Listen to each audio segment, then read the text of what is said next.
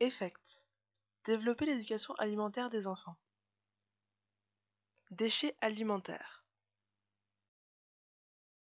Le futur de notre planète met en lumière le problème de la gestion des ressources disponibles actuelles, y compris éviter le gaspillage et spécifiquement le gâchis alimentaire. Dans l'Union européenne, 931 millions de tonnes de déchets alimentaires ont été générés en 2019 et 61% venaient des foyers. Les enfants devraient être conscients de ces problèmes afin de mettre en place de nouvelles pratiques durables à la cantine et de devenir des ambassadeurs des pratiques durables à la maison.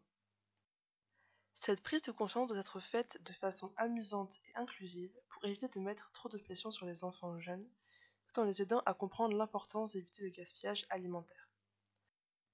Un des moyens d'arriver à ce résultat est de leur faire comprendre les sensations de faim pour éviter d'avoir trop de nourriture dans l'assiette et de gâcher cette nourriture.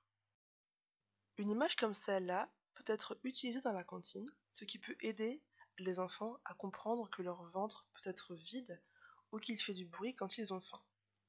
Peut-être aussi qu'ils auront moins d'énergie après avoir fait du sport.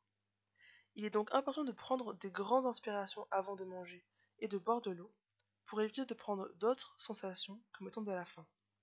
C'est un moyen d'éviter le gâchis alimentaire à la cantine et ce sont des choses qu'ils peuvent reproduire à la maison. Il y a d'autres activités possibles à faire avec les enfants pour leur faire comprendre le gâchis alimentaire. Le premier est de les aider à comprendre le tri alimentaire. Cela prend environ 1 heure et cela continue à la maison. Les enfants peuvent travailler en groupe de 5 et doivent être âgés entre 6 et 11 ans. Les objectifs sont de les aider à comprendre les définitions du gaspillage alimentaire, de mettre en avant les différences de perception et de les introduire au concept de tri. La nature des aliments peut être confuse pour les enfants qui ne comprennent peut-être pas ce qui doit être jeté, ce qui doit être composté et ce qui peut être mangé pour éviter de les jeter. Le premier objectif est d'aider les enfants à déterminer les différents types de déchets. En utilisant ces 5 images, le professeur peut aider les enfants à réfléchir sur ce qui peut être mangé et ce qui ne peut pas être mangé. Cela va les aider à différencier les déchets évitables et les déchets non évitables.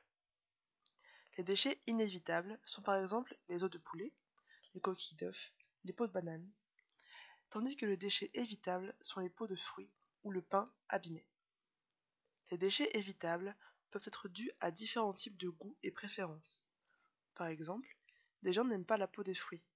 Cela peut aussi être dû à une mauvaise gestion de la nourriture, comme laisser le pain devenir dur sans le manger. Le deuxième objectif est d'introduire le concept de tri. En utilisant les mêmes 5 images, le professeur demande aux enfants d'identifier dans chaque image toute la nourriture qui peut être compostée pour éviter le gâchis dans la poubelle. Le professeur peut séparer la classe en groupes de 5 ou 6 à la fin de l'atelier et chaque groupe peut donner son retour. Ce travail va être suivi d'une discussion avec toute la classe au sujet de ce qu'ils savent ou non sur le compost. Enfin, l'activité peut continuer à la maison en utilisant Internet ou en allant à la mairie pour rechercher des initiatives de tri et gestion de déchets dans la région, ou en demandant à leurs parents. Cela va les aider à identifier de nouvelles solutions pour la gestion des déchets et ce qu'ils peuvent faire avec des pots de banane et du pain dur par exemple. Chaque enfant rendra un retour sur ce travail dans une future session pour continuer la discussion. Ce sera l'occasion d'échanger des idées entre les enfants, comme faire du compost à la maison, utiliser le compost pour le jardinage, ou utiliser les restes pour nourrir les animaux par exemple. Merci pour votre attention et gardez un œil sur notre futur contenu.